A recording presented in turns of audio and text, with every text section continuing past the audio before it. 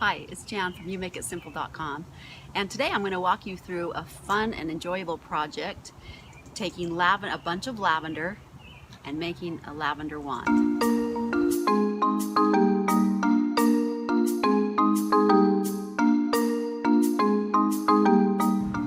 This is such a fun, enjoyable, relaxing project, especially if you can gather a bunch of friends, get under the trees in the shade, and weave some fun lavender sachets or wands. First, you'll need to go to your garden and get some lavender. If you don't have any lavender growing, I encourage you to get a plant, and even if you don't make anything from it, it's just a beautiful thing in the garden. But there's a lot of fun things you can do with lavender. Today I'm going to show you how to make these wands. First, you'll need to cut your lavender. Some years your lavender will have longer stems than others, and there's a lot of different varieties of lavender that you can use. The longer the stem, the better. Mine are kind of short this year, but they still have a plenty of stem for me to work with. So cut the lavender down as far as you can. You'll need at least 19 to 21 stems. You can do less if you want to, but I find that around 19 stems is good. You just want to have an uneven number so that you can weave and get that weaving pattern, basket weave pattern that you need. To make your lavender wand, you'll need about 1.5 yards of ribbon, and you can use different widths of ribbon, but you don't want to get it too wide. So cut off your ribbon and set that aside. Now we'll need to pull off any existing stems that are on, or leaves that are on the stem. So just take your fingers and drag them down the stem, and that will pull off any leaves or lower blossoms that we don't want to get in the way.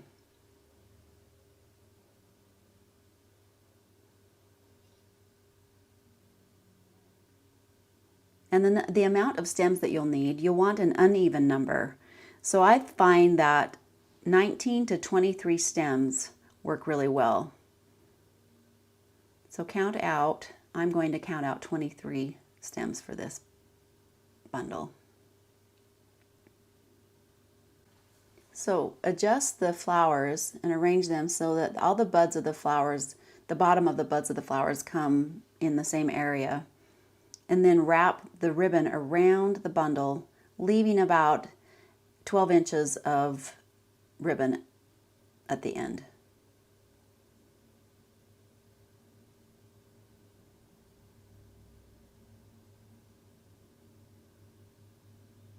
Pull it really tight, and then I like to wrap it around one more time and then knot it again, pulling it really tight.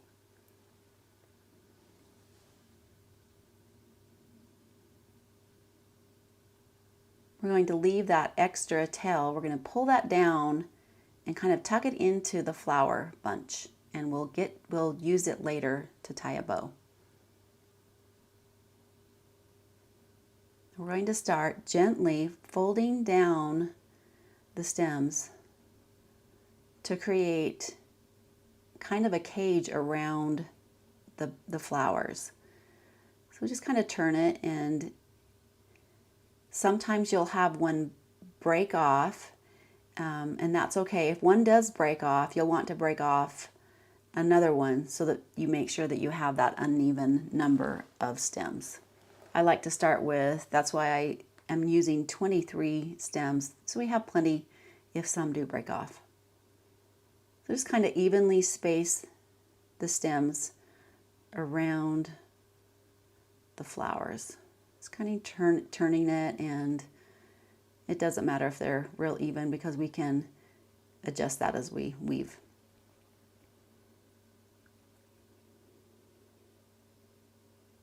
We're going to be working with the long end of the ribbon, and this is the most tedious part of the process, and this takes, just once you get started and once you get the weaving going, the pattern going, it becomes a lot easier.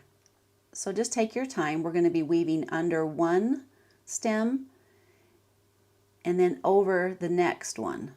So you'll just kind of manipulate it and move it around, move the stems around as needed on these first couple rows.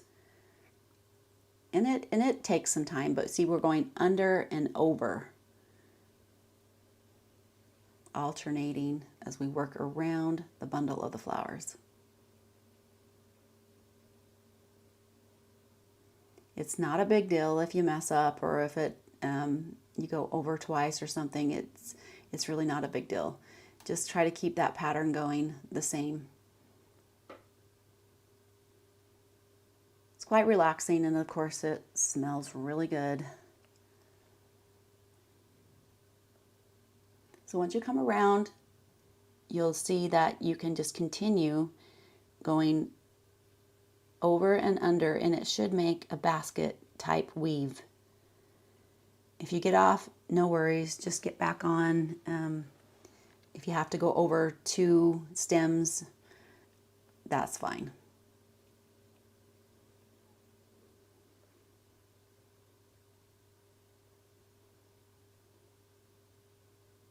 And you don't want to pull it too tight, but you want it to be somewhat tight, because as they dry, they do shrink down a little bit. And you don't want the rows to be too close together. You want to leave a little bit of a space, and that's up to you. That's preference and what you want it to look like, but you want them to be close enough that the flowers don't fall out once they do dry. And they don't have to be perfect. They will still be beautiful. No one's going to notice if you're off a little bit. I went John all over the flowers. We're going to just wrap it around and then locate that tail that you left earlier. Pull it out, and you're going to use that to make a knot. Cinch it up tight, make a knot, and then make a bow.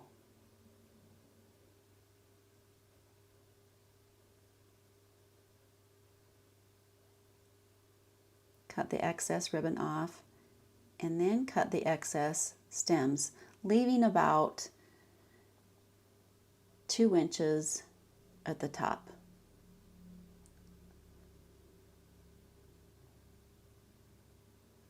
You can decide how long you want those to be. There you have it.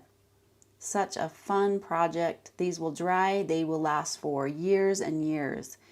When you find that the scent starts to leave, you can just give them a little squeeze and they'll start to smell again. Isn't that a fun little project? Get out some different colors of ribbon, make several of them up. These will last a very long time. The scent and the aroma will last a long time. What I'll do is I'll put them in Ziploc bags, and throughout the year give them as gifts. They're fun little gifts to put on top of a package, or just include one of these with a note. They're a good thing. Don't forget to subscribe. Until next time.